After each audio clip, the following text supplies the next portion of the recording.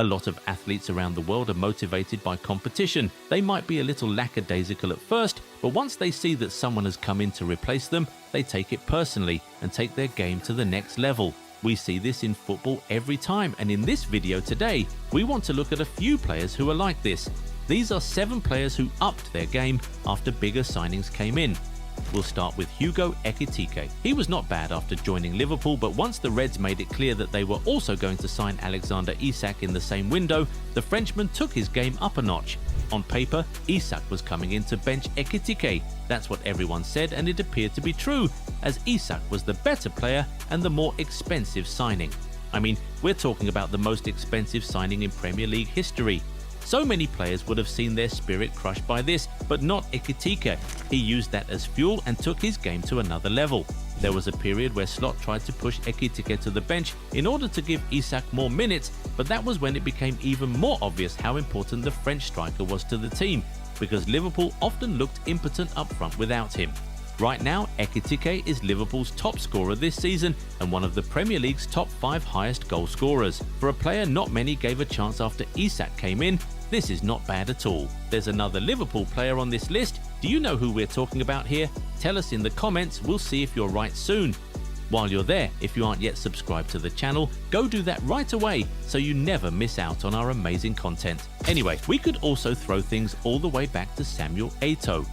After Thierry Henry joined Barcelona in 2007, it felt like Eto'o's game went up a notch, and that wasn't even all. On top of a big name like Henry joining the team, in 2008, Pep Guardiola said he wanted to get rid of Samuel, and it felt like that was the biggest motivation he could possibly have asked for.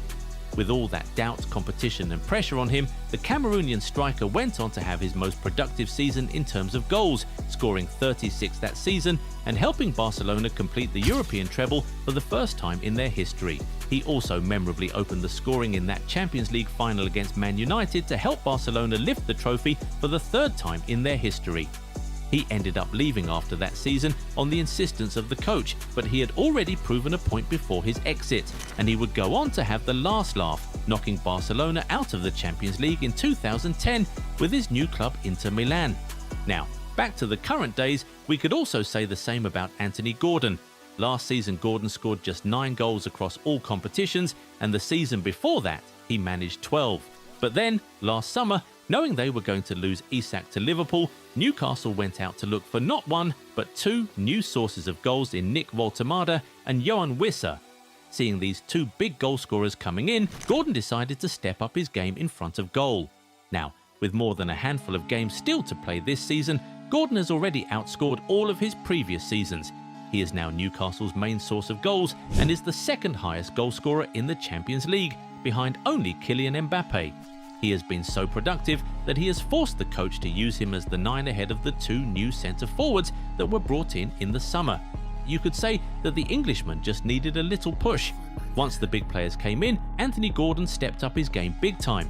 Another player who certainly upped his game after a bigger signing was made was Matvei Safonov. When Donnarumma was forced out of the club last summer, Safonov was not even being considered as his replacement. The club quickly went out to sign Lucas Chevalier from Lille, and he was expected to come in and quickly be PSG's number 1. But Safonov saw the competition and quickly stepped up his game. The moment he was given even the slightest opportunity, he grabbed it with both hands. He was in goal for the FIFA Intercontinental Cup final against Flamengo, and he lit it up, saving 4 penalties in the shootout and almost single-handedly winning the trophy from PSG. From that point, he became PSG's first-choice goalkeeper and just hasn't looked back since. Nobody gave Safonov a chance after Chevalier was signed. Everyone thought he would only be the goalkeeper for the cup games, but now he's the club's number 1, the main guy. Now, remember we said that there's another Liverpool player on this list. It's Dominic Soshli. Last summer, Liverpool went out and broke the bank for Florian Wirtz, and it seemed almost certain that he was going to displace Szoboszlai as the starting attacking midfielder. But it felt like once the Hungarian saw the mighty competition come in, he decided to step up his game tremendously. He started to cover every area on the pitch and put up better performances than we had previously ever seen from him. These days, Szoboszlai plays in attacking midfield, central midfield, defensive midfield, right wing and even right back. There's absolutely nothing he doesn't do. Looking at him now, it felt like the signing of Wirtz was the push that he needed. From being just another guy in the squad last season, he is now arguably Liverpool's best player and keeps doing absolutely everything for the team, from scoring crazy bangers to creating big chances, even to putting up monstrous defensive performances. You'll struggle to find players who stepped up as much as Szoboszlai did after a big signing came in, but perhaps Igor Thiago will give Szoboszlai a run for his money in that aspect. You see, after Brian Mbeumo and Yoane Wissa left Brentford last summer, the club felt it was important to go out and get a goalscorer, as they didn't have anyone in the squad whom they could really trust. Well, that led them to sign Dango Ouattara from Bournemouth. The fact that they made him their record signing showed intent. This was the guy they strongly believed would bring in the goals, but seeing a big signing come in to potentially take his place in the team, Igor Thiago decided to step up, and he stepped up astronomically. He has scored 21 goals in 31 appearances this season, and he is Brentford's top scorer by some distance. He is also the Premier League's second highest goalscorer this season, and that's not all. With months of the season still remaining, Thiago has already become the highest scoring Brazilian in a single Premier League season, and the first Brentford player to be named Premier League Player of the Month multiple times in a single season. Before last summer, Igor Thiago was Brentford's record signing, but when a new record signing came in, he knew he had to up his game, and he has done that to incredible levels this season. Let's now wrap up with Casemiro. A couple seasons back, Casemiro didn't look so good at Man United. Things were so bad that Jamie Carragher made that infamous statement about him after a game against Crystal Palace, essentially telling the former Real Madrid man to leave the football before the football leaves him. That summer, Man United went out to buy Manuel Ugarte from PSG for €50 million, and he was supposed to be the Casemiro replacement. Everyone thought that Ugarte's signing would force Casemiro out of the club in no time, but the Brazilian legend absolutely upped his game once he saw his replacement was here. Fast forward to right now, and Casemiro starts every week ahead of Ugarte, who is 10 years his junior. A couple seasons back, everyone said the legend was finished at this level, but he's now back to controlling things at the base of United's midfield and even contributing to goals every now and then. He'll also almost certainly be one of the first names on Brazil's team sheet at the World Cup this summer, but the sad part for Man United fans is that he has already announced that he'll be leaving United at the end of the season.